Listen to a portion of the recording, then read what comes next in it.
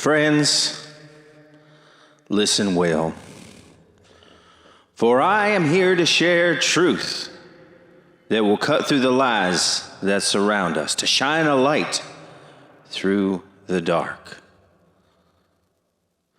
As we reached the end of the 20th century, God became angry with humanity.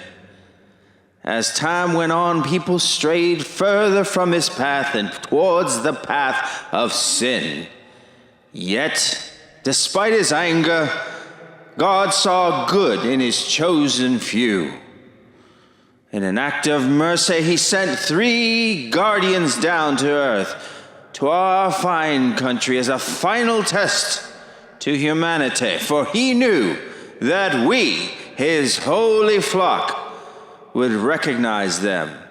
The rest of the world sees them as animals, beasts, but we know the truth.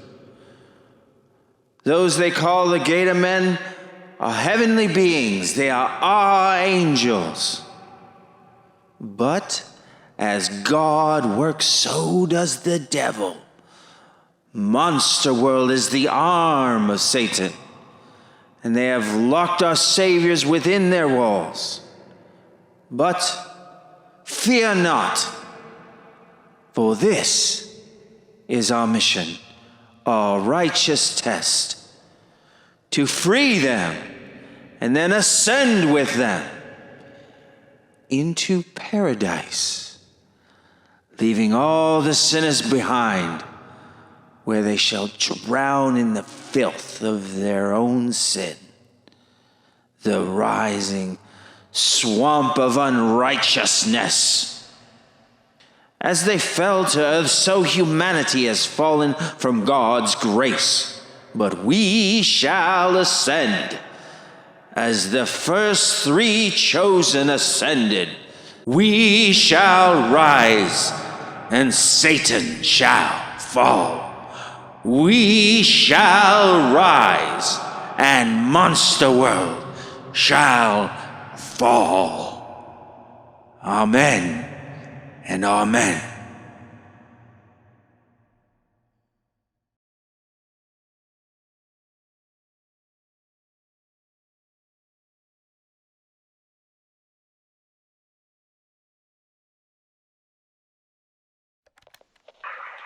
Hello and welcome, Luke. I'm so glad to be able to speak with you today. Well, it's great to be here. Thank you for having me on today. So, for those in the audience who don't know, tell us who you are. Of course, my name is Luke Mathis, and I'm an author, and I'm here talking about my book, Fallen Down, in which I talk about my time in the Church of the Fallen Trinity, the Gator Man cult, following the death of my younger brother, Will. He was killed in 1998 by the Gator Men. What caused you to join the cult? Well, grief, to put it simply. Me and Will were both raised religious. He was always more into it than me, though. I never felt like I belonged there. I stopped going for a few years when we lost Will. After he passed, I had nowhere to go, no one to turn to. I was alone. That's when the cult found me, told me my brother was a saint, that I could see him again if I renounced sin and all that crap. I don't know how much I believed it even back then, but I was desperate. That sounds very hard. What was it like in the cult? Oh, it was crazy. People there were always stirring up trouble. They would pretty regularly harass people outside of Monster World. Visitors, but employees too. They also attended a lot of political events. Anywhere our pastor saw the devil, we were there making a scene. And the sermons, they were all fire and brimstone, talking about how evil the rest of the world was. Now, people there were nice to me, mostly, but there was this air of shame around it all. Like, if I stepped out of line, I knew all of that support would vanish. People were always talking behind my back, and didn't help that I was deeply in denial about my sexuality at that point, and the The shame I felt was reinforced every service I attended. I was in a very bad place. What finally convinced you to leave?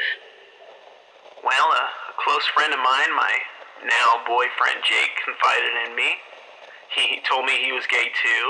I told him I was too, and we talked a lot and decided to leave the cult forever. Things have been much better since we left. Well, it's good to hear you're in a better spot now. Last question I have here. Have you ever been to Monster World to see the Gator Men as a part of the cult or after leaving? No, never. That's one thing people in the church judge me for, is I never made that pilgrimage myself. I've done a lot of healing in the last decade. Writing has definitely been cathartic, but I don't think I'll ever be comfortable anywhere near those goddamn things.